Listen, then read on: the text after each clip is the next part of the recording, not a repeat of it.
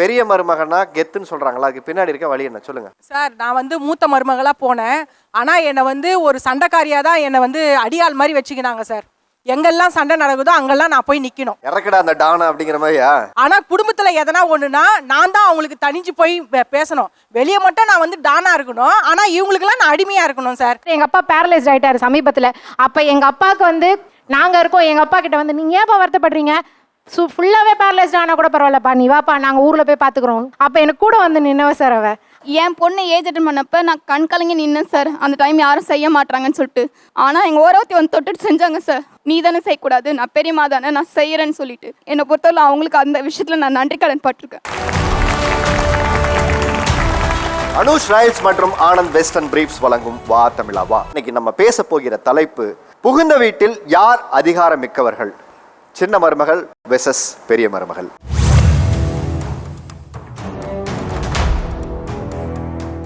வெளியில் போகிறேங்க, ஃபங்க்ஷனு, வீட்டில், சமையலில் பெரிய மருமகள் மாமியார் மாதிரி என்னெல்லாம் சின்ன மருமகள்கிட்ட ஆட்டிடியூடு காட்டுறாங்க. பால் காய்ச்சி விஷயமோ ஏதாவது ஒன்று பண்ணோன்னா எல்லாரையும் கூப்பிட்டு வச்சு பண்ணுற அளவுக்கு கிராண்டாக வேண்டாம், ஏற்கனவே இஎம்ஐயில் தான் எடுத்து பண்ணுறதுனால எதுவும் சொல்ல வேண்டாம் அப்படின்ற மாதிரி விட்டோன்னா அக்கா கோச்சுப்பாங்க. நீ எப்படி அதுக்கு சொல்லாமல் நீ பண்ணுவ அப்படின்ட்டு எந்திரிச்சு போயிட்டாங்க. பேசவே இல்லை கொஞ்ச நாளாக. நாங்கள் உள்ளே போகிறோம், என்ட்ரி ஆகிறோம், அத்தை வீட்டுக்கு போகிறோம், அக்காவும் மாமா எந்திரிச்சு போயிட்டாங்க. இவ யாரை கேட்டு செஞ்சா, எங்ககிட்டலாம் சொல்லவே இல்லை, நாங்கள் எதுக்கு பேசணுன்ட்டு எந்திரிச்சு போயிட்டாங்க. அதுக்காண்டி நான் போகல சார். அதே இது 6 மாசத்துக்கு முன்னாடி சின்ன மருமகள் அவங்க வீட்டில். ஆமா, சின்ன மருமகள், நான் பெரிய மருமகள். 6 மாசத்துக்கு முன்னாடி நான் வீடு வாங்கி பால் காய்ச்சினேன். குடும்பத்தில் எல்லாருமே நாங்கள் தான் மூத்தவங்க, 5 கொழுந்தனார் எல்லாருமே இருக்கிறாங்க. அப்போ வந்து ஊரில் ராஜபாளையம் தான் எனக்கு சொந்த ஊர். யாருமே வரல. அப்போ இவங்க வீட்டு வளகாப்பு ஃபங்க்ஷன், பொண்ணுக்கு வளகாப்பு வச்சுருக்கிறாங்கன்னு சொல்லி எல்லாரும் வர்றாங்க. இப்போ நான் அதே வீடு முதல்ல பால் வீடு வாங்கி கிரகப்பிரவேசம் பண்ணுறேன், ஒருத்தர் வரல. அப்போ எல்லோரும் கேட்கணும்ல சார், குடும்பத்தில் மூத்தவங்க அவங்க இருக்கிறாங்கல்ல, ஏன் அந்த ஃபங்க்ஷனுக்கு வரல அப்படின்னு கேட்கணும்ல. அதனால தான் நான் வந்து உங்கள் ஃபங்க்ஷனை அவாய்ட் பண்ணிட்டேன். எனக்கு கல்யாணம் ஆகி 32 வருஷம் ஆச்சு சார். அப்போல்லாம் என் மாமியார் வந்து விறகடுப்பு தான். என் குழந்தைங்கள்லாம் இவ்வளோ சின்ன பிள்ளைங்க தான். இன்றைக்கி எல்லா குழந்தைங்களுக்கும் கல்யாணம் ஆகிட்டு தான் நான் வெளியிலே வந்தேன் வீட்டை விட்டு. இவங்கெல்லாம் அப்படி கிடையாது. கல்யாணம் முடிச்சு அடுத்த நிமிஷமே சேலத்தில் வீடு பார்த்து பால் காய்ச்சிட்டு வந்து தான் கல்யாணமே பண்ணிவிட்டு அப்படி கூட்டிகிட்டு வந்துட்டாங்க. என்ன, நான் அந்த மாதிரி இல்லை. அப்போ வந்து அவங்க சொல்லணும்ல சார். அப்போ இவங்க வீட்டில் ஒரு சின்ன ஃபங்க்ஷனுக்கு எல்லாரும் வந்து நிற்பாங்களா? நான் ஆரம்ப காலத்துலேருந்து கஷ்டப்பட்டு இல்லை, அவங்க கேட்கறது ஆரம்ப காலத்துலேருந்து கஷ்டப்பட்டு எல்லாத்தையும் எடுத்து வளர்த்தி எல்லாத்தையும் செஞ்சுட்டு 2 மாதத்துக்கு முன்னாடி தான் சார் சங்கர் தம்பிக்கு கல்யாணம் ஆச்சு. அப்போ எல்லாருமே போயிருந்தோம். அதுக்கு அடுத்து பாப்பா, ஏன்னா நம்ம வீடு குடும்பம் பெருசு, அடுத்தடுத்து ஃபங்க்ஷன் வந்துட்டே தான் இருக்கு. ஸோ இப்போ முன்னாடி தான் அது இப்போ தானே போகணும், அடுத்தடுத்து ஃபங்க்ஷன் வருது. நீங்க இந்த ஃபங்க்ஷனுக்கு ஏன் அதை மரியாதையை செய்யல? பாப்பாவோட கல்யாணத்துக்கு யாரும் வரலைங்க சார். பாப்பாவோட அங்க டைரக்டா வரல, அதுக்கு பதிலா வளகாப்புக்கு வந்திருந்தாங்க. அதனால அவங்களுக்கு ஒரு சின்ன கோபம். உங்களுக்கு அவங்க மேல என்ன கோபம் இருக்கு? என் ஃபங்க்ஷனுக்கே வரல இல்ல, அப்ப அவங்க ஃபங்க்ஷனுக்கு வர்றாங்கல்ல, அது அந்த இடத்துல அவங்க கேட்கணும்ல. மூத்த மருமகன் சொல்றாங்கல்ல, இப்ப வீட்டுக்கு நம்ம வீட்டு பாப்பாவோட வளகாப்பு ஃபங்க்ஷனுக்கு யாரு முன்ன நின்னு பண்ணணும்? அதே மூத்த மருமக தானே. அப்ப எங்க போனாங்க? செல்வி, நீ பண்ணது தப்பு, நீ இப்படி செஞ்சிருக்க கூடாதுன்னு கூட சொல்லியிருக்கலாம்ல. பேச கூட இல்ல சார். உங்க ஃபங்க்ஷனுக்கு வரல, அவங்க வீட்டு விசேஷத்துக்கு போயிருக்காங்க. ஏன் உங்க வீட்டு விசேஷத்துக்கு நீங்க வரலன்னு நீங்க ஏன் கேட்கலன்னு அவங்கள கேட்குறீங்களா? இப்போ நான் அந்த கேள்வி உங்கள்கிட்ட கேட்குறேன். உங்க வீட்டு விசேஷத்துக்கு வராம அவங்க வீட்டு விசேஷத்துக்கு போனதுக்கு அவங்களுக்கு ஒரு பர்சனல் காரணம் இருந்திருக்கலாம்ல, உங்களுக்கு அவங்களுக்கு ஏதாவது ஒரு பிரச்சனை இருந்திருக்கலாம்ல? பிரச்சனைனா ஏதோ நிறைய குடும்பங்கள்ல 2 மருமகம் இருப்பாங்க. பெரிய மருமகம் கூப்பிட்டா போக மாட்டாங்க, இல்ல சின்ன மருமகம் ஏதாவது யாராவது ஒருத்தரோட அவங்களுக்கு வந்து மனசுல ஏதாவது வருத்தம் இருக்கும், இல்ல நீங்க வந்த இடத்துல சரியா நீங்க நடத்தி இருக்க மாட்டீங்க, ஏதாவது அவங்களுக்கு ஒரு காரணம் இருக்குல்ல. அவங்க வீட்டு விசேஷத்துக்கு போகாம உங்க வீட்டு விசேஷத்துக்கு வராங்க சார். அது வந்து வீட்டுக்கு பெரியவங்க வந்தாங்க சார், வந்து முடிச்சிட்டு தானே சார் பஞ்சாயத்து பண்ண முடியும். இவங்க உள்ள வரும்போதே கோவமா தான் வந்தாங்க. ஆமா சார், ஐயா வீட்டு ஃபங்க்ஷனுக்கே வராதவங்க அவங்க வீட்டு அடுத்து இப்ப வளகாப்பு ஃபங்க்ஷனுக்கு வரனால அடுத்து குழந்தை பிறந்தா வந்தா பார்க்க வரலாம், பேர் வைக்கிறதுக்கு வரலாம். வீடு வந்து நம்ம எப்பயாச்சும் ஒருக்கா தான் வாங்கி வீடு கிரகப்பிரவேசம் பண்றோம். அப்ப அந்த இடத்துல வராதவங்கள போன் போட்டு இவங்க கேட்கணுமா கேட்க கூடாது, ஏன் இந்த மாதிரி அக்கா வீடு பால் காய்ச்சறால, ஏன் நீங்க ஏன் வரல அப்படின்னு சொல்லி ஒருத்தர் கூட இப்ப வரைக்கும் அது பேசுறது இல்ல, கேக்குறது இல்ல சார். அப்படி இல்லைங்க சார், இவங்க பார்த்து தூக்கி வளர்த்தவங்க தான் எல்லா பசங்களும். இப்ப வரைக்கும் எந்த ஃபங்க்ஷன்னாலும் என்னதான் சார் கிச்சனுக்குள்ள விடுவாங்க, இவங்கள யாரும் வர மாட்டாங்க. வெங்காயம் உரிக்கிறதுல இருந்து தேங்காய் தட்டுல இருந்து இஞ்சி உரிக்கிறதுல இருந்து நாங்க பண்றோம். அக்கா கூட்டி வைக்கிறது மட்டும் தான் செய்வாங்க. கூட்டி வைக்கிற மட்டும் பண்ணுவாங்க. அதுக்கே பாத்தீங்கன்னா என் நாத்தனா வையும் எங்க முத்துமதினியே தான் சமைக்குது, நீங்களே என்ன பண்றீங்க அப்படின்னு சொல்லிட்டு அதுக்கு சண்டை நீங்க வரும். அவங்கள கேட்டீங்களா? கேட்காமலாம் இல்ல, மதினிட்டே கேட்டோம். அது உனக்கு தேவையில்லாத விஷயம். ஏன்னா அவங்க பெரியவங்கிறதுல அப்பயும் எங்களை டாமினேட் தான் பண்றாங்க. அதனால சார் அவங்க அந்த ஃபங்க்ஷன்ல என் வீட்டுக்கு வராத அவங்க வீட்டுல எல்லாரும் வந்து உட்கார்ந்துருந்தனால அந்த வாசல்ல பார்த்தோன்னே எனக்கு டென்ஷன் ஆயிடுச்சு. அப்படியே நம்மகிட்ட அப்ப அந்த விட்டு கோவம் நியாயமானதான்னு கேளுங்க. உங்க வீட்டு விசேஷத்துக்கு வரலைங்கிறது வந்து நியாயமான கேள்வி. அந்த கோபத்தை அவங்க கிட்ட காட்டுமே தவிர அவங்க வீட்டு விசேஷத்துக்கு போகாம நீங்க வெளியில போறதுல ஏன் நாளைக்கு வந்து பெரியமா வரலன்னு கேட்காதா? ஏங்க சார் அது ஒரு 2 நாள் கழிச்சு கூட பேசலாம்ல, ஏன் இந்த மாதிரி வந்து? நான் என்ன கேட்கறேன், அன்னைக்கு விசேஷம் அன்னைக்கு தான் நடக்கும். நீங்க பெரியமா வரலைன்னா அந்த பிள்ளைங்க நாளைக்கு அது மனசுல வருத்தம் இருக்குமா இருக்காதா? அதெல்லாம் கல்யாணத்துக்கெல்லாம் இல்ல, நாங்க தான் சார் முன்ன இருந்து எல்லாமே கல்யாணத்துக்கு போதும். நிக்க வேணாம். அதெல்லாம் நிக்கணும் சார், எல்லாத்துக்கும் நிக்கணும். என்ன ரொம்ப அப்ப இருக்கு நமக்கு கொடுக்கற மரியாதை அந்த இடத்துல இவங்க ஏன் தட்டி கேட்கலன்னு தான் சார் என்னோட ஆதங்கம். தட்டி கேக்குறது வீட்டுக்குள்ள வராம நீங்க தட்டி கழிச்சிட்டு வந்த பொறுப்பை கழிச்சு நீங்க பாட்டு வீட்டுக்குள்ள எல்லாம் போய் எல்லாம் உட்கார்ந்து பாத்துட்டு செஞ்ச அப்புறம் வீட்டுக்குள்ளே போகாம எப்படி சார் வந்தவங்களை பார்க்க முடியும்? சார் காரிடார்ல தான் இருந்தாங்க. ஆக்சுவலா இந்த இடத்துல கோவத்தை காட்ட வேண்டியது நானா அவங்களா? யார் மேலயும் கோவப்பட வேண்டாம் சார், நியாயத்தை தெரிஞ்சுக்கிட்டா போதும் சார். நியாயத்தை கேட்டா போதும் சார். எதனால இந்த பிரச்சனை வருது எதனாலன்னு சொல்லி அவங்க புரிஞ்சுக்கிட்டா பிரச்சனையே வராது சார். கோவப்பட வேண்டியது அவங்க மேல தானே, அவங்க மேல தான் சார் கோவப்படணும். அது வந்து அப்புறம் 4 நாள் கழிச்சு ஃபீல் பண்ணேன் சார். ஐயா அந்த பொண்ணு என்ன பண்ணுச்சு? அதுக்கப்புறம் 4 நாள் கழிச்சு ஃபீல் பண்ணீங்க. 4 நாள் கழிச்சு ஃபீல் பண்ணேன் சார். மறுபடியும் 4 நாள் கழிச்சு ஃபங்க்ஷன் வச்சிருக்கணும். எங்க வீட்டுல அத்தை மாமா இப்ப இறந்துட்டாங்க. நம்ம வீட்டை பொறுத்தவரை இனிமே எதுனாலும் அக்கா மாமா சொல்றதுதான் அப்படிங்கறது நாங்க இதை தானே பண்றோம். அப்பயே நாங்க பண்ற சின்ன தப்புகளை கூட நீங்க மன்னிக்காம அந்த இடத்துல கோவத்தை ஏன் காட்டுறீங்கன்றதா எங்களோட ஆதங்கம். ஆமா சார், அங்க நீங்க கண்டீங்க ஒரு மாமியார் போல ஒரு ஆட்டிடியூட் அங்க காட்டுறாங்க இல்லையா? அந்த ஆட்டிடியூட காட்டுறாங்க. எனக்கு என்ன ஒரு ஆதங்கன்னா அந்த நேரத்துல வந்து அவங்கள எல்லாம் பார்த்தா எனக்கு வந்து கோபம் தான். ஏன் நம்ம அப்படி என்ன பண்ணிட்டோம், அந்த குடும்பத்துல இந்த பிள்ளைங்களை எல்லாம் வளர்த்து ஆளாக்கி செஞ்சு எல்லாம் நம்ம நல்லபடியா எல்லாம். ஆனா இவங்க எல்லாம் அந்த மாதிரி எல்லாம் கிடையாது.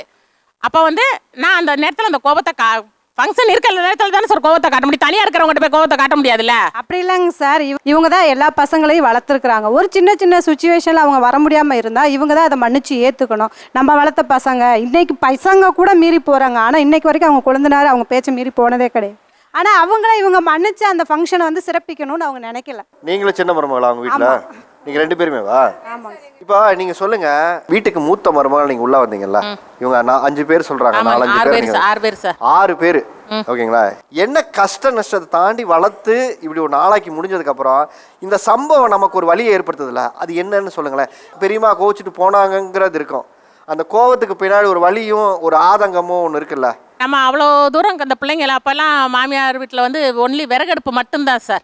எங்கள் வீட்டில் வந்து அவங்க மிலிட்ரியில் இருந்தாங்க, 18 வருஷம் சர்வீஸ் பண்ணிட்டு வந்தாங்க. கல்யாணம் முடிஞ்சு 21 நாள் தான் என் கூடயே இருந்தாங்க. பக்கம் ஃபஸ்ட்டு குழந்தை வந்து வளகாப்புக்கு வருவாங்க, அடுத்து குழந்தை பிறந்து 3 மாதம் கழிச்சு தான் 15 நாள் லீவில் தான் வருவாங்க. அப்போ அந்த ஆரம்பத்தில் வந்து என் பிள்ளைங்களையும் சரி குழந்தைங்களையும் சரி அந்த விறகடுப்பில் வெந்து தான் சார் நான் கஷ்டப்பட்டு எல்லாத்தையும் காப்பாற்றி வந்தேன். இன்றைக்கி ஓரளவுக்கு நல்லா இருக்காங்கன்னு எனக்கு அது சந்தோஷம் தான். அவங்கள வந்து நான் கஷ்டப்படுத்தணும்னு எல்லாம் விரும்பலை. நம்மளோட சூழ்நிலையே இவங்க புரிஞ்சுக்கிட மாட்டேங்கிறாங்க. இவங்களுக்கு முன்னாடி 10 வருஷத்துக்கு முன்னாடி நான் 20 வருஷத்துக்கு முன்னாடி நான் இவங்களுக்கு முன்னாடி வந்தவ தான். நான் அதெல்லாம் விட்டு கொடுக்க மாட்டேன். இவங்களே 20 வருஷத்துக்கு முன்னாடி வந்ததெல்லாம் ஓகே தான் சார். அக்காவை சத்தியமா எந்த இதுலையும் குறை சொல்ல நாங்கள் விரும்பலை. எங்கள் எல்லா விஷயத்துலையும் எங்களுக்கு சாப்பாடு விஷயத்தை கொண்டு பார்த்து செய்வாங்க. வீட்டில் ஒரு நல்லது கெட்டது எல்லாமே செய்கிறாங்க. ஆனால் ஒரு சில இடத்துல இந்த ஆட்டிடியூடை காட்டிடுறாங்க. இல்லை 20 வருஷமா வைராக்கியத்துமா ஒரு சின்ன பிள்ளைங்களை வளர்த்து உருவாக்கி ஒரு இடத்துல வந்ததுக்கப்புறம் ஒரு இடத்துல அதுக்கான மரியாதையை வந்து எதிர்பார்க்கறதுன்னு ஒன்று இருக்குல்ல, அது எங்கே இடம்னா நம்ம வீட்டு விசேஷங்களுக்கு வரும்போது நமக்கு கொடுக்குற முன்னுரிமையும் நம்மளை எப்படி மதித்து நம்ம வீட்டுக்கு வர்றதையுங்கிற ஒரு எதிர்பார்ப்பு, பணம் காசை தாண்டி அந்த எதிர்பார்ப்புன்னு இருக்குல்ல, அது இல்லாத போது அந்த வருத்தங்கிறது வந்து எல்லாருக்குமே வர்றது தான். எங்கள் வீட்டு இதை பொறுத்தளவு மீதி ஆளுங்க எல்லாருமே பணம் காசுக்கு இம்பார்ட்டன்ஸ் கொடுத்தாங்க. ஆனால் நாங்கள் அப்படி பண்ணலை. எங்கள் மாமனார் மாமியாருக்கு அப்புறம் எங்கள் அக்கா மாமான்னு பத்திரிக்கையில் கொண்டு அக்கா மாமா அதை முன்னிலையிலன்னு போட்டு தான் நாங்கள் எல்லாம் பண்ணோம். ஆனால் அந்த இடத்துல அந்த வளகாப்பு விஷயத்தில் ஒன்று தான் எனக்கு கொஞ்சம் வருத்தம். ஆமாம் சார், அந்த இடத்துல நமக்கு வருத்தம் இருக்குது இல்லை. இப்போ அந்த இடத்துல அவங்க வளகாப்பு ஃபங்க்ஷனுக்கு வரலன்னு சொல்லி வருத்தப்படுறாங்களா, அதே மாதிரி தானே நானும் வருத்தப்பட்டிருப்பேன். நம்ம இவ்வளோ தூரத்துக்கு வளர்த்தி ஆளாக்கணும்ல. அப்போ நம்மள இல்லை நீங்கள் ஒன்றை புரிஞ்சுக்க மாட்டேங்கிறீங்க. எப்படி நீங்கள் உங்கள் வீட்டு விசேஷத்துக்கு நீங்கள் வரலன்னு வருத்தப்படுறீங்களோ அதே வருத்தத்தை நீங்கள் இன்னொருத்தர் கொடுக்குறீங்க நீங்கள் வீட்டு விசேஷத்துக்கு போகாமல். போனோம் சார், போனோம், அதெல்லாம் போய் பார்த்து செஞ்சு சாப்பிடல அப்படியே இருந்தாங்க. அப்ப ஒரு வார்த்தை ஃபோன் பண்ணி நீங்க நான் எப்படி தெரியுமா சொல்றேன், ஸ்கூலுக்கு போறேன் டெய்லி, நானும் அட்டெண்டன்ஸ் போடுறேன், அப்படி இல்லை வீட்டு விசேஷத்துக்கு போகும்போது நீங்க நம்ம அந்த வீட்டு விசேஷத்துக்கு விருப்பத்தோட இருக்குன்னு ஒண்ணு இருக்கு. அட்டெண்டன்ஸ் போட்டுட்டு வரலையா, எல்லாரும் இங்க வந்திருக்கீங்களா, அப்படியா அந்த இடத்துல வந்து இப்போ ஒரு வருத்தம் தெரிவிக்குதுன்னா அந்த வருத்தத்துல வந்து இவங்களும் பங்கெடுத்துக்கிடணும். சார் எங்கள் வீட்டில் எங்கள் அப்பா கூட பிறந்தவங்க 7 பேர் சார். எங்கள் அம்மா தான் மூத்த மருமகளாக போனாங்க. எங்கள் அம்மா கல்யாணம் பண்ணி போகும்போது எங்கள் கடைசி சித்தப்பாவுக்கு 5 வயசு. எங்கள் சித்தப்பாவை அவங்க தான் கையை பிடிச்சி கூட்டு போய் ஸ்கூலில் சேர்த்தாங்க. அப்போ அத்தனை பெரிய அவங்க வழி நடத்தினவங்க கடைசியாக ஒரு சித்தப்பாவோட ஒய்ஃப் கேட்குறாங்க, நீ என்ன பண்ணிட்ட என் வீட்டுக்காருக்காகன்னு கேட்குறாங்க. எங்கள் அம்மா மொத்த நகையும் விற்று அவரை படிக்க வச்சாங்க. இன்றைக்கி அவர் நல்ல ஸ்டேஜில் இருக்கிறாரு. நாங்கள் ஒத்தாசை கேட்கல, நீ நான் செஞ்சதுக்கு நன்றி கடன் செய்யின்னு சொல்லலை. ஆனால் அவங்க ஒய்ஃப் கேட்குறாங்க, நீ என்ன பண்ணிட்ட எங்கள் வீட்டுக்காரங்கன்னா அந்த அந்த அந்த வருஷத்தில் நீ ஒரு 3000 ரூபாய் செலவு பண்ணியிருப்பேன், அதை வேணால் நான் தூக்கி போட்டுறேன். அப்போ எங்கள் அம்மா எழுந்த இளமை அந்த வயசில் அவங்க அனுபவிக்க வேண்டியதெல்லாம் விட்டுட்டு தானே அவங்களுக்கு செஞ்சாங்க. அவங்க எங்கள் அப்பாவோ எங்கள் அம்மாவும் நினச்சிருந்தா எங்களை நல்லபடியாக வளர்த்துருக்கலாமே. இந்த பெரிய குடும்பத்தில் நம்ம வாழ்க்கப்பட்டு வந்துட்டோம், இந்த குடும்பத்தை நம்ம கை தூக்கி விடணும் தானே எங்கள் அம்மாவும் எங்கள் அப்பாவும் தியாகம் பண்ணாங்க. இன்னைக்கு நீ சின்ன மருமகளாக வந்ததுனால நான் என் குடும்பத்தை மட்டும்தான் பார்ப்பேன், என் புருஷன் என் பிள்ளைங்க மட்டும் போதும் எனக்கு, நான் யாருக்கும் கான்ட்ரிபியூட் பண்ண மாட்டேன்னு சொல்கிறாங்க. இந்த ஆதங்கத்தை எங்கள் அம்மா எங்கே கொட்டுவாங்க? அது ஏதோ ஒரு ஃபங்க்ஷனில் அதை அவாய்ட் பண்ண தான் செய்வாங்க. அந்த ஆதங்கம் எப்படி போகும்? அவங்க வந்து எதிர்க்கிறத வன்முறையாக காட்ட மாட்டாங்க, இப்படி தான் காட்டுவாங்க.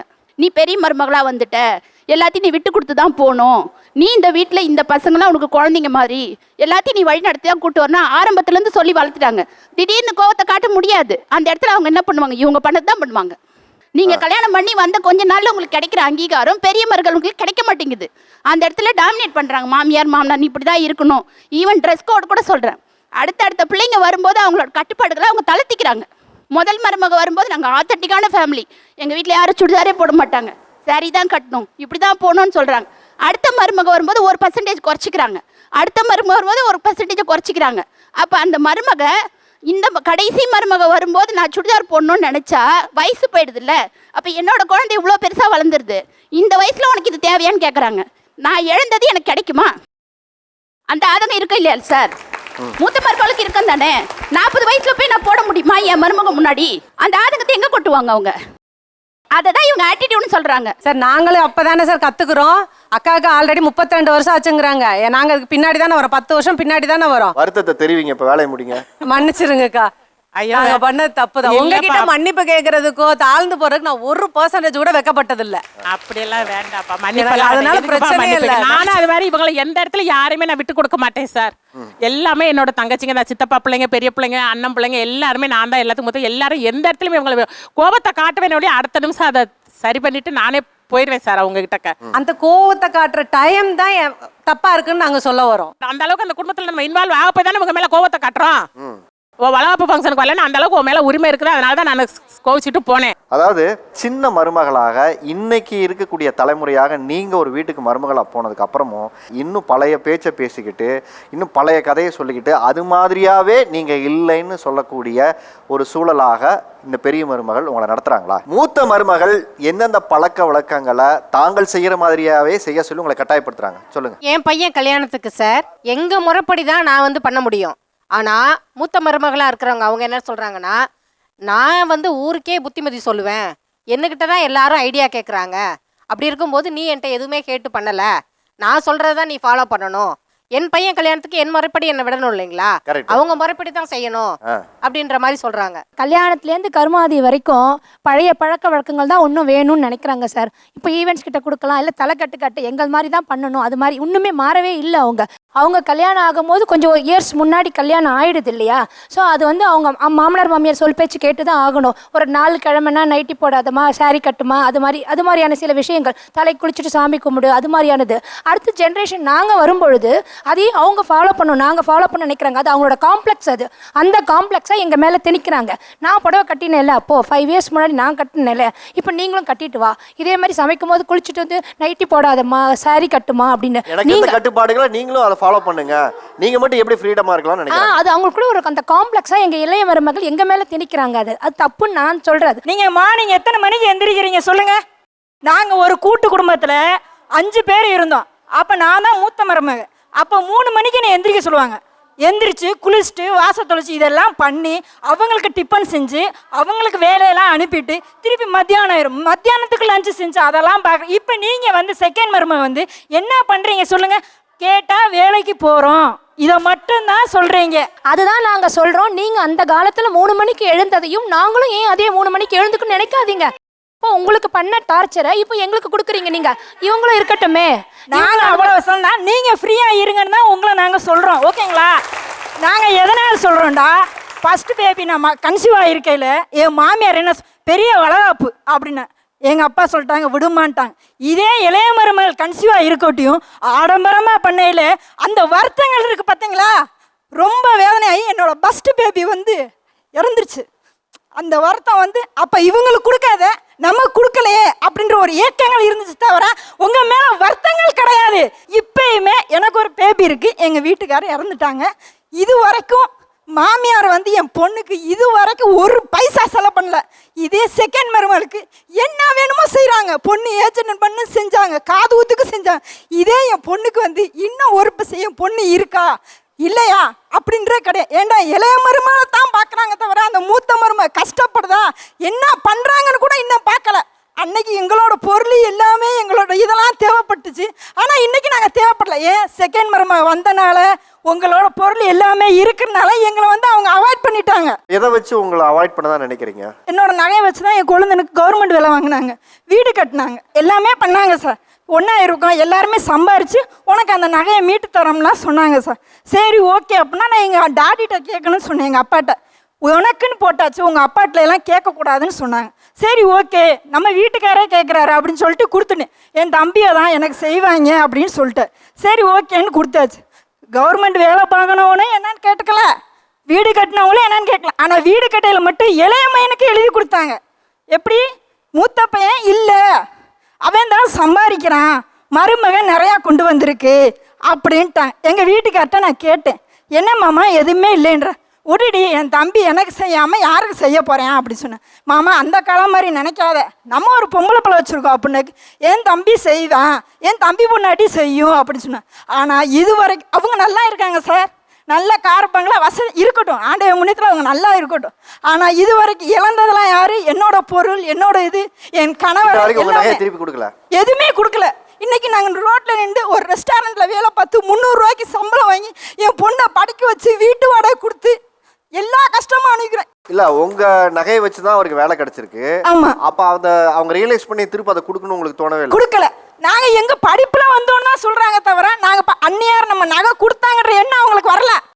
என் வீட்டுக்காரே இல்லை, நகை என்ன நகை. இது வந்து அவங்க கூட்டு குடும்பத்துல ஒரு இதுல அனுபவிச்சிருக்காங்க சார். அந்த இயலாமை ஆற்றாமை அதெல்லாம் அவங்க மனசுக்குள்ள இருக்கு இல்லையா, அதை வந்து அப்போ அவங்களால எக்ஸ்போஸ் பண்ண முடியல. 80 கல்யாணம் ஆயிருக்கலாம். சரி நான் சும்மா எக்ஸாம்பிளுக்கு சொல்றேன். நான் அப்படி இருக்கும்போது அந்த நேரத்துல வந்து அப்போத்திர நம்மளோட இந்திய குடும்பத்தோட இது வந்து அடங்கி தான் இருக்கணும். அது அந்த நேரத்தில் அவங்க படிச்ச படிப்பு அதெல்லாம் இருக்கு இல்லையா, ஸோ அந்த நேரத்தில் அவங்க அப்படிதான் இருக்கணும். அது அப்போத்தி இது அது எப்படி இருக்கணும்ங்கறத நீங்க சொல்ல முடியும். அந்த நேரத்துல அப்படிதான் இருக்க முடியும்னு சொல்ல முடியாதுல்ல சார். அவங்க அதுதான் அப்ப சொல்ல முடியாது அவங்களால. ஏன்னா அவங்க அம்மா அப்பா சொல்லி கொடுத்துருக்கலாம் இல்லையா சார். மென்டாலிட்டியே ஒரு இடத்துல தவறான எண்ணம் தானே. நீங்க சொல்ல எப்படி இருக்குன்னா மூத்த மருமகளை தியாகம் பண்ணணும், மூத்த மருமகளை அக்செப்ட் பண்ணிக்கணும், மூத்த மருமகளை எல்லாத்தையும் தாங்கிக்கணும். அக்செப்ட் பண்ணிக்கணும் யாரும் அவங்களை கட்டாயப்படுத்தல சார். அவங்க அந்த சர்க்கிள்குள்ளேயே இருந்துட்டாங்க. அதோட அவங்களோட லைஃப் ஸ்டைல் அப்ப அப்படி இருந்தது. அப்போ உங்களுக்கு அவங்க புத்திசாலி இல்லைன்னு சொல்றீங்க. இவங்க சொல்றாங்க எங்க மாமியார் சொன்னதை நான் கேட்டு நாங்க பணிஞ்சு நடக்கிறோம், நீங்க வந்து உங்க மாமியார் பேச்சை கேட்காம உங்க இஷ்டத்துக்கு இருக்கீங்க, நீங்க படத்துக்கு போறீங்க, வெளியே போறீங்க, ஜாலியா இருக்கீங்கன்னா நாங்க எங்க மாமியார்கிட்ட அன்பா அரவணைப்பா இருக்கிறோம்.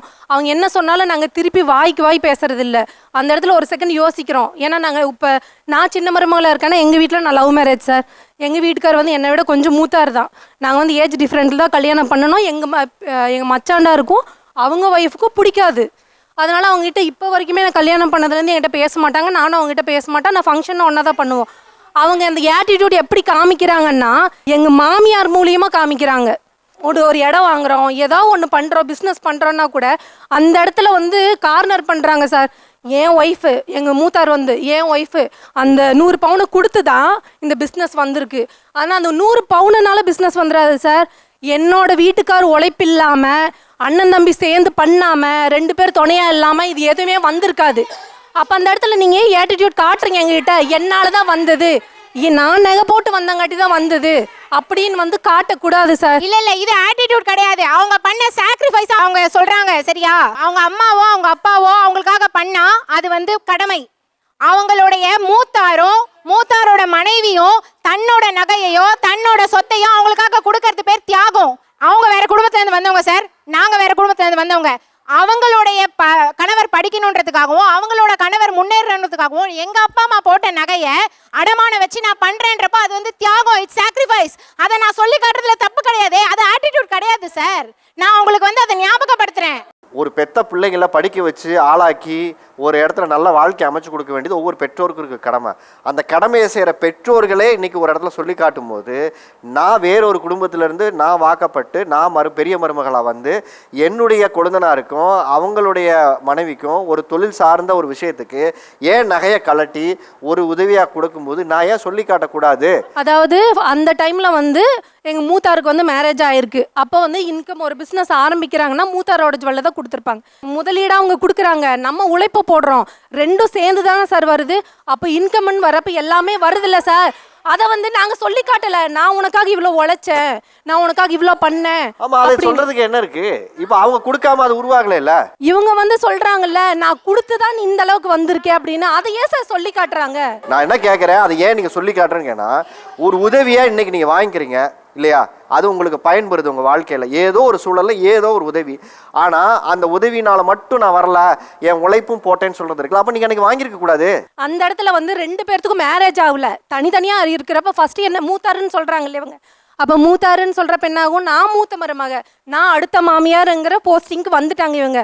அப்ப அடுத்த மாமியார்னு இவங்க தியாகம் பண்ணாங்கன்னு சொன்னாங்கல்ல, அப்ப அந்த பவுனை வந்து இவங்க கொடுத்து இந்தாங்க, நீங்க வந்து அண்ணன் தம்பிக்கு 2 பேர் சேர்ந்து பண்ணுங்கன்னு சொல்றாங்க. தம்பிக்கு அதுக்கப்புறம் எவ்வளோ வருஷம் கழிச்சு கல்யாணம் ஆகும்? ஒரு 4 வருஷம் கழிச்சாகும், 5 வருஷம் கழிச்சாகும்.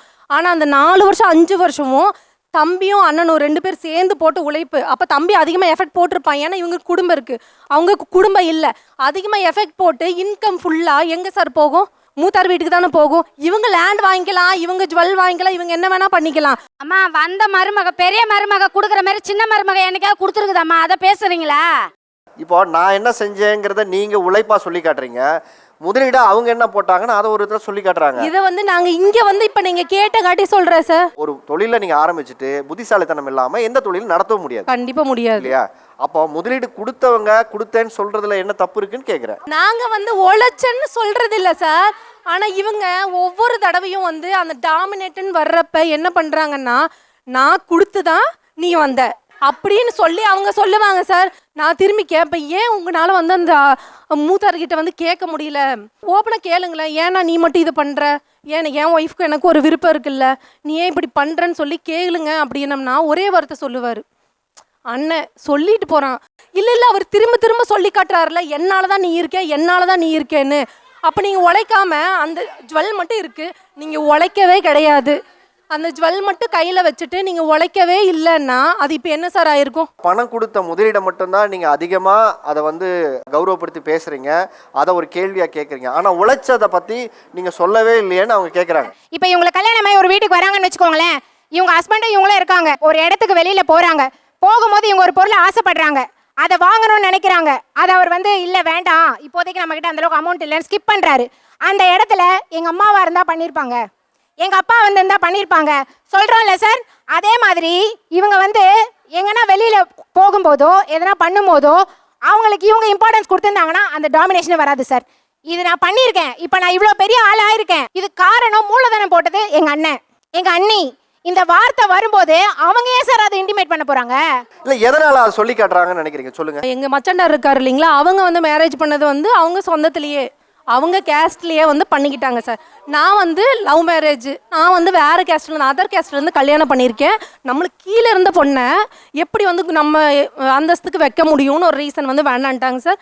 என் வீட்டுக்கார் 10 மாதம் டைம் கொடுத்து 10வது மாதம் நான் கல்யாணம் பண்ணிட்டு யார்கிட்ட சொல்ல, ரோட்டில் நின்று தான் கல்யாணம் பண்ணிட்டு வந்தோம். அதனால இவங்களுக்கு என்ன ஆயிடுச்சுன்னா, நாங்கள் கல்யாணம் பண்ணுறப்ப ஒரு தாட் வந்துச்சு, ஒரு பேச்சு வந்துச்சு, எங்கள் அம்மாவுக்கும் எங்கள் அப்பாவுக்கும் இவ்வளோ பிடிக்கல, ஏன்னா அவள் வந்து வேறு கேஸ்ட்லேருந்து வந்திருக்கா, அவளுக்கு வறுமை கம்மியா, என் வீடு ஓட்டு வீடு தான், சும்மா மண் வீடு ஓட்டு வீடு தான், இவங்க அரண்மனை மாதிரி வீடு வச்சுருக்கவங்க, நல்ல வசதி இருக்கவங்க.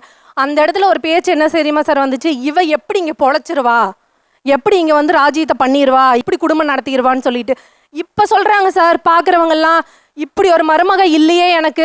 எல்லா மாமியாரும் வந்து புலம்பிட்டு எங்கள் அத்தைகிட்ட வந்து சொல்லுவாங்க, ஜெயம்மா உங்களை மாதிரி ஒரு மருமக எனக்கு வரலையே அப்படின்னு சொல்கிறப்ப அவங்களுக்கு என்ன ஆயிடுதுன்னா சார், இவ வந்து எப்படி இப்படி வந்து இருக்கா அப்படின்னு ஒரு பேச்சு வருது இல்லைங்களா. அந்த டைமில் எங்கள் வீட்டுக்கு வரமாட்டாங்க, பேச மாட்டாங்க.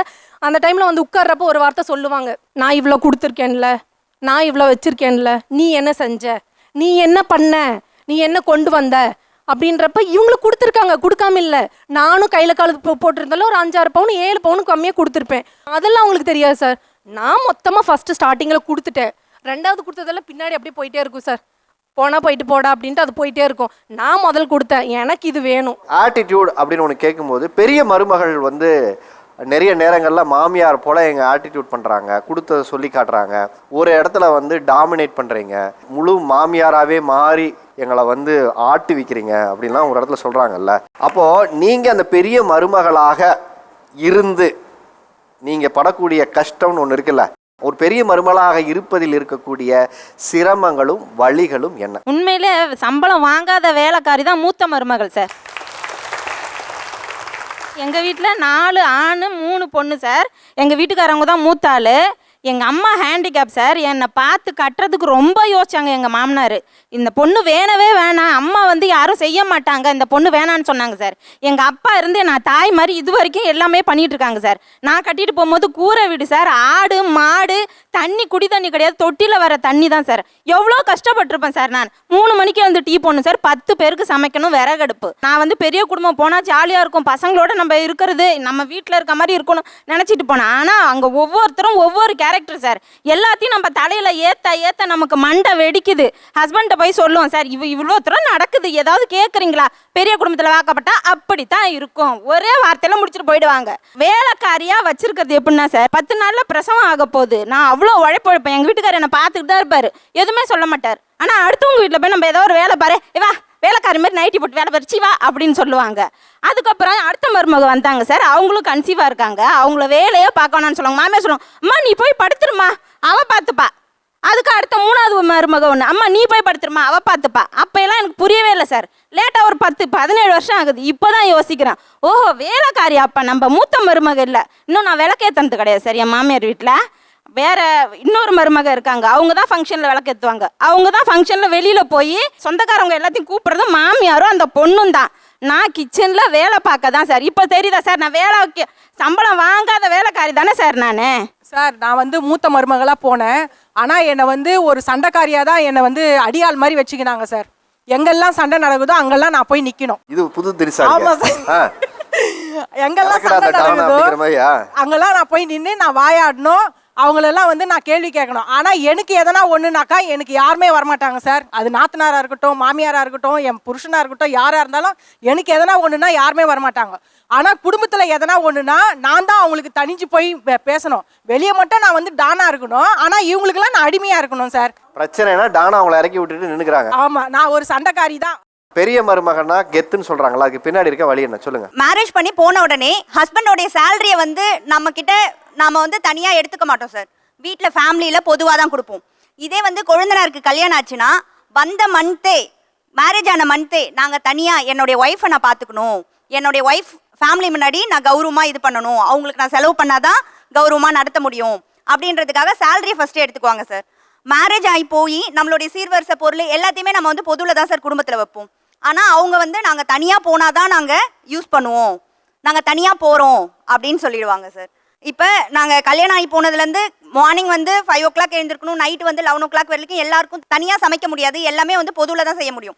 ஆனால் வந்து சின்னவங்களா வரவங்க வந்து நான் கல்யாணம் ஆகி வந்து என்னுடைய ஹஸ்பண்ட் மட்டும்தான் நான் செய்வேன், நான் வந்து கூட்டு குடும்பத்துக்காக நான் கல்யாணம் பண்ணிட்டு வரல, என்னால் வந்து இது செட் ஆகாது அப்படின்னு சொல்லுவாங்க. அதை வந்து குழந்தையார் வந்து என்னுடைய லைஃப்பை நான் காப்பாற்றிக்கிறதுக்காக எனக்கு வேறு வழி இல்லை, என் லைஃப்பை நான் காப்பாற்றிக்கணும், இல்லைனா அவங்க வாழாத போயிடுவாங்க.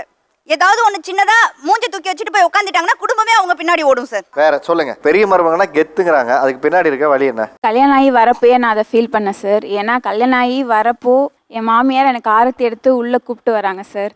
அந்த ஆரத்தியை எடுத்து யாராவது சிங்கில் ஊற்றுவாங்களா சார், என் மாமியார் எனக்கு பண்ணாங்க சார். அதை சிங்கில் ஊட்டினாங்க. ஏன்னா நாங்கள் லவ் மேரேஜ், நாங்கள் 2 பேருமே வேறு கேஸ் சார். ஸோ அந்த டைமில் வந்து எங்கள் வீட்டு சைடு, எங்கள் அம்மா வீட்டு சைடு என்ன பண்ணாங்கன்னா சிங்கில் ஊற்றிட்டாங்க. எங்கள் மாமி தான் என் கூட வந்திருந்தாங்க, தாமி அம்மாவோட ஒய்ஃப் வந்திருந்தாங்க. ஏன் சிங்கில் ஊற்றுறாங்க அப்படின்னு கேட்டாங்க சார். ஏன்னா வீட்டில் அடைச்சா அந்த மருமகளை அவங்க ஏற்றுக்கிட்டதான் நினைப்பாங்களா சார் அக்கம் பக்கத்தில். அன்றைக்கி தான் சார் அவங்க வீட்டுக்குள்ளே போகிறோம் ஃபஸ்ட் டைம். அப்போ அப்படி சொன்னது எனக்கு ரொம்ப ஹர்ட்டிங்காக இருந்துச்சு. சரி ஓகே இதை பண்ணிட்டாங்க, லைக் உள்ளே வரப்போ அப்படி பண்ணிட்டாங்க, உட்கார சொல்லணும், உட்காரவும் சொல்ல சார். ஒரு பொண்ணை எப்படி இது பண்ணுவாங்க. எனக்கு ஒரு ட்ரீம் இருக்கும்ல சார், இப்படிலாம் நடக்கும், நம்ம படத்தில் பார்த்துருப்போம், இல்லை ஃப்ரெண்ட்ஸ் வீட்டில் பார்த்துருப்போம், இப்படிலாம் நடக்கும்னு சொல்லுவாங்க. அதெல்லாம் எனக்கு எதுவுமே நடக்கல சார். ஃபர்ஸ்ட் நைட்டும் நடந்துச்சு, மேலே ஏற்பாடு பண்ணியிருந்தாங்க, ஓகே. அப்போ ஒரு சொம்பு பால் கூட அதை கூட கொடுக்கல சார். அதெல்லாமே எனக்கு ரொம்ப கஷ்டமாக ஒரு ஃபீலிங்ஸ். எனக்கு ஒரு பிரச்சனைன்னு வரும்போது எங்கள் அக்கா என் பக்கத்தில் நின்றுச்சு, எனக்காக சப்போர்ட் பண்ணுச்சுன்னு சொல்கிற விஷயங்கள் இருந்துச்சு. அதே மாதிரி உங்களுக்கு பிரச்சனைன்னு வரும்போது தங்கச்சியாக அவள் என் பக்கத்தில் நின்னா 1000 கருத்து விவரங்கள் இருந்தால் கூட இருந்துச்சுன்னா அது சொல்லுங்கள். இப்போ வந்து என் வீட்டில் வந்து எனக்கு அம்மா அப்பா கிடையாது, பாட்டி வளர்த்தனால எனக்கு நகையெல்லாம் எதுவும் போடலை. அப்படி இருக்கும்போது எனக்கு சப்போர்ட்டாக தான் பேசுவாங்க. அவளுக்கு இல்லைன்னா என்ன, அதான் நான் போட்டு வந்திருக்கல, என்னோட இருக்கல, அதை வச்சு பார்த்துக்கலாம், அதை வச்சு பண்ணிக்கலாம். அதான் பெருமையாக சொல்ல என்ன தெரியும், பட் அந்த இடத்துல எனக்கு சேவ் பண்ணிடுவாங்க, உங்களுக்கு சப்போர்ட் பண்ணுவாங்க. நான் வந்து எலோப்டு மேரேஜ் சார். எனக்கு சப்போர்ட்டுன்னு யாருமே கிடையாது. என் அக்கா மட்டும்தான் என் கூட இருந்தது. நான் படிக்கிறதுக்கும் ஹெல்ப் பண்ணாங்க. எனக்கு பேக்கிங்கில் அவ்வளோ இன்ட்ரெஸ்ட்டு. நான் வீட்டில் கேட்டதுக்குமே எதுவுமே ஒத்துழைக்கலை. என் அக்கா தான் இந்த இன்ஸ்டியூட்டில் இங்கே போய் படி, இங்கே நல்லா இருக்கும் அப்படின்னு சொல்லிட்டு என்னை இன்ஸ்டியூட்டில் பேக்கிங் படிக்க வச்சதும் அவங்க தான். என்னை கரஸில் படிக்க சொன்னதும் அவங்க தான். எனக்கு ஸ்கூலில் வேலை வாங்கி கொடுத்ததும் அவங்க தான். 0வாக வந்தேன் சார். எலோப்டு மேரேஜ் பண்ணதுக்கப்புறமா எனக்கு ஃபுல் சப்போர்ட்டுமா அவங்க மட்டும்தான் சார் இருந்தாங்க. எனக்கு வேறு யாருமே இல்லை சார். நான் என்ன சண்டை போட்டாலும் என்கிட்ட அவள் பேசாமல் இருக்கவே மாட்டா சார். நான் 1 வாரம்னாலும் பேச மாட்டேன், 10 நாள்னாலும் பேச மாட்டேன். தேடி என்கிட்ட தேடி வருவா சார். அக்கா சாப்பிடுங்க, என்கிட்ட பேசுங்க. அவ்வளோ திட்டுவேன் சார் அவளை. ஆனால் அவள் மதிக்கவே மாட்டா. நீங்கள் என்கிட்ட பேசியே ஆகணும். அது மட்டும் இல்லாமல் 2 பேரும் சேர்ந்து ஷாப் ரன் பண்ணிக்கிட்டு இருக்கோம், கியாஸ்க் ரன் பண்ணிகிட்டு இருக்கோம். ஃபுல் அண்ட் ஃபுல் அவள் தான் எல்லாமே பண்ணுவாள். நீங்கள் எதுவும் பண்ண வேணாக்கா, நான் உனக்கு ஹெல்ப்பாக இருக்கேங்க, நீங்கள் சப்போர்ட்டாக மட்டும் இருக்கா அப்படின்னு. உண்மையிலே அவளை மாதிரி ஒரு கோர்ஸ் கிடைக்க நான் ரொம்ப கொடுத்து வச்சிருக்கணும் சார். இப்போ ரீசெண்டாக ஒரு 6 மந்த் முன்னாடி தான் அப்பா வந்து இறந்துட்டாங்க. அப்பா வந்து ஆர்மி, தம்பியும் இப்போ ஆர்மியில் போயிட்டாங்க. ஸோ படித்தது எல்லாமே வந்து நார்த் இந்தியாவில். ஸோ அங்கேருந்து இங்கே எனக்கு யாரும் காண்டாக்ட் இல்லை, எனக்குன்னு யாரும் வந்து நிற்கலை. ஓகே நான் உனக்கு இருக்கேன் அப்படின்ட்டு. அப்பா தவறின போது எனக்கு எதுவுமே தெரியலை. அதாவது எப்படி மேனேஜ் பண்ணோம், என்ன ப்ராசஸ் எதுவுமே தெரியல. நாங்கள் எல்லாம் லாக் ஆகிட்டோம். அப்போ எனக்கு ஃபுல்லாக சப்போர்ட் பண்ணது என் இன்லாஸ் வீட்டில். அதில் மெயின் விஷயம் என்னென்னா, என் கோசிஸ்டர் வந்து நைட்டு ஃபுல்லாக இதுதான் அதுதான் இல்லை, நைட்டு ஃபுல்லாக என் கூட உட்காந்து நீ ஃபீல் பண்ணாத, நாங்கள் இருக்கோம், விட்டுருவோமா, அந்த ஒரு விஷயம் என்றைக்குமே மறக்க முடியாது. எங்கள் அப்பா பேரலைஸ்ட் ஆகிட்டாரு சமீபத்தில். அப்போ எங்கள் அப்பாவுக்கு வந்து நாங்கள் இருக்கோம், எங்கள் அப்பா கிட்ட வந்து நீங்கள் ஏன்ப்பா வருத்தப்படுறீங்க, ஃபுல்லாகவே பேரலைஸ்ட் ஆனால் கூட பரவாயில்லப்பா, நீ வாப்பா நாங்கள் ஊரில் போய் பார்த்துக்குறோம். அப்போ எனக்கு கூட வந்து நின்னவ சார் அவ. எங்கள் ஓரவத்தி வந்து எனக்கு துரோகம் பண்ணியிருக்காங்க, எவ்வளோ பண்ணியிருக்காங்க. ஆனால் ஒரு விஷயம் என்னால் லைஃப்பில் மறக்கவே முடியாது. என்னென்னா, என் பொண்ணு ஏஜ் அட்டன் பண்ணப்போ தாய்மாமி தான் தொட்டுட்டு செய்யணும் அப்படின்னப்ப, இல்லை அத்தை செய்யணுன்றப்ப எங்கள் நாத்தனார் எங்கள் வீட்டில் வந்தோம் என் பொண்ணுக்கு எதுவுமே செய்ய மாட்டேன்னு சொல்லிட்டாங்க. என் பொண்ணு ஏஜ் அட்டன் பண்ணப்போ நான் கண் கலங்கி நின்னேன் சார். அந்த டைம் யாரும் செய்ய மாட்டாங்கன்னு சொல்லிட்டு. ஆனால் எங்கள் ஓரவத்தி வந்து தொட்டுட்டு செஞ்சாங்க சார். நீ தானே செய்யக்கூடாது, நான் பெரியம்மா தானே, நான் செய்கிறேன்னு சொல்லிட்டு. என்னை பொறுத்தவரை அவங்களுக்கு அந்த விஷயத்தில் நான் நன்றி கடன் பட்டிருக்கேன். எப்படி ஒரு மூத்த பிள்ளை ஒரு குடும்பத்துக்கு ரொம்ப முக்கியமோ, அதே மாதிரி ஒரு மூத்த மருமகள் தாயாக இருந்து அந்த பிள்ளைகளை வளர்த்தெடுக்கக்கூடிய ஒவ்வொரு மூத்த மருமகளுக்குமே என்னுடைய பெரிய ராயல் சொல்லிட்டு நான் சொல்லிக்கிறேன். அதே மாதிரி அதிகாரமிக்க பெண்ணாகவும் மூத்த மருமகள் கொஞ்சம் இருக்கிறத அதிகார பகிர்வை கொடுத்துருங்க. அதிகார பகிர்வு எப்பவுமே எல்லாத்துக்கும் நல்ல விஷயம். மாமியார் மருமகள் எல்லாம் ஒன்றா இருங்கன்னு சொல்கிறத விட பெரிய மருமகள் சின்ன மருமகள் சேர்ந்து சந்தோஷமாக ஒரு குடும்பத்தை நடத்துங்க. இந்த வா தமிழாவா உங்கள் 2 குடும்பங்களையுமே வாழ்த்துகிறது. சிறப்பாக பேசியவர்களுக்கு சிறப்பு பரிசு கொடுக்கும் நேரம் இது. ஏஎஸ்டி மை கிட்ஸ் வழங்கும் உங்களுக்கான ஒரு கிஃப்ட் ஹேம்பர்மா. ட்ரைமி பாப்பட் வழங்கும் உங்களுக்கான ஒரு gift hamper. Diamond pressure cooker வழங்கும் உங்களுக்கான ஒரு ஏஎஸ்டி மை கிட்ஸ் வழங்கும் உங்களுக்கான ஒரு gift hamper. Diamond pressure cooker வழங்கும் உங்களுக்கான ஒரு கிஃப்ட் ஹேம்பர். மீண்டும் அடுத்த வாரம் மற்றொரு தலைப்பில் உங்களை சந்திக்கும் வரை உங்களிடம் விடைபெறுவது உங்கள் ஆரி அர்ஜுனன்.